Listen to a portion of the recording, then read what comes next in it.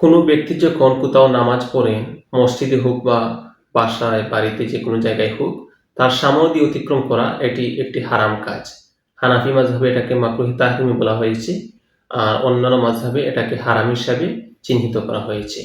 তবে হানাফি মাযহাবের মাকরুহে তাহরিমি আর অন্যান্য মাযহাবের হারাম এ দুটোর মধ্যে তেমন কোনো পার্থক্য নেই। কাজেই আমরা বলতে পারি সমস্ত উলামায়ে কেরামের ঐক্যমতের ভিত্তিতে নামাজি ব্যক্তির সামনে দিয়ে অতিক্রম করা একটি পাপের কাজ। কাজেই যখন কোনো ব্যক্তি নামাজ পড়ছেন, তার সামনে দিয়ে অতিক্রম করা থেকে আমরা বিরত থাকব।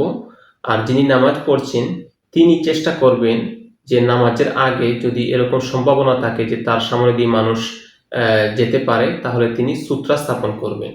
সুতরা কি সেটা নিয়ে আমরা অন্য একটি ভিডিওতে আলোচনা করেছি। সুতরা হচ্ছে নামাজের যিনি নামাজ পড়ছেন তার সামনে 1 ফিট পরিমাণ একটি কোনো কিছু রেখে দেয়া, সেটা কোনো লাঠি হতে পারে অথবা অন্য যে কোনো কিছু যে আমাদের মসজিদে রয়েছে, এখন বর্তমান মসজিদে থাকে, সেগুলোকে সুতরা হিসেবে চিহ্নিত করা হয়।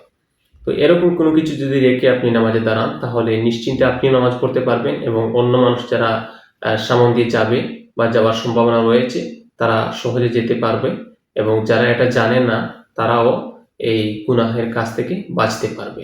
তবে এর পরিমাণটা হচ্ছে 4 ফিট পর্যন্ত, অর্থাৎ যে ব্যক্তি নামাজ পড়ছেন তার পা যে স্থানে রয়েছে সেখান থেকে সামনের দিকে 4 ফিট পর্যন্ত জায়গার ভেতর দিয়ে যদি কোনো ব্যক্তি যান, তাহলে তিনি পাপ করছেন বা পাপী হিসেবে গণ্য হবেন। কিন্তু 4 ফিটের বাহিরে দিয়ে যদি তিনি অতিক্রম করেন, তাহলে তিনি এই নিষেধাজ্ঞা বা এই হারামের অন্তর্ভুক্ত হবেন না।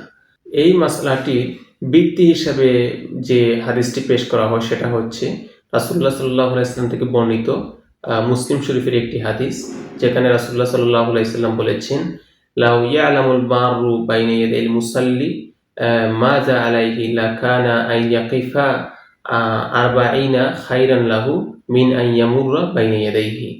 যে নামাজি ব্যক্তির সামনে দিয়ে অতিক্রমকারী যদি এটা জানতো যে এর পরিণতি কি, তাহলে তার জন্য 40 পর্যন্ত দাঁড়িয়ে থাকা উত্তম হতো তার নামাজি ব্যক্তির সামনে দিয়ে অতিক্রম করার চেয়ে।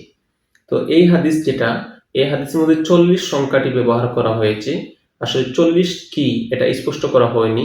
তো মুহাদ্দিসিন কেরাম এখানে ব্যাখ্যা করতে বলেছেন যে 40 হচ্ছে ঘন্টাও হতে পারে, 40 ঘন্টা বা 40 দিন, 40 সপ্তাহ বা 40 মাস, 40 বছর, যে কোনো কিছু হতে পারে, বিভিন্ন সম্ভাবনা রয়েছে।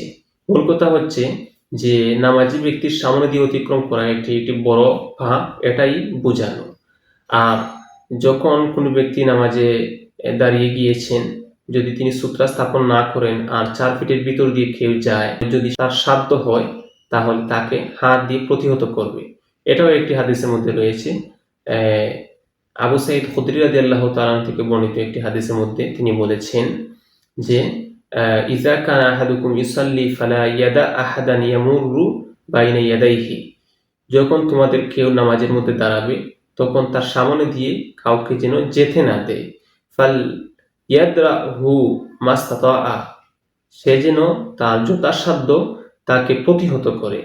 ফাইন আবা, যদি সে অস্বীকৃতি করে, অর্থাৎ যাকে তিনি প্রতিহত করছেন তিনি যদি সেটা না মানেন, তাহলে ফাল ইউকাতিলহু, তাকে যেন হত্যা করে ফেলে। ফাইন্নামা হুয়া শায়তান, কেননা সে হচ্ছে শায়তান।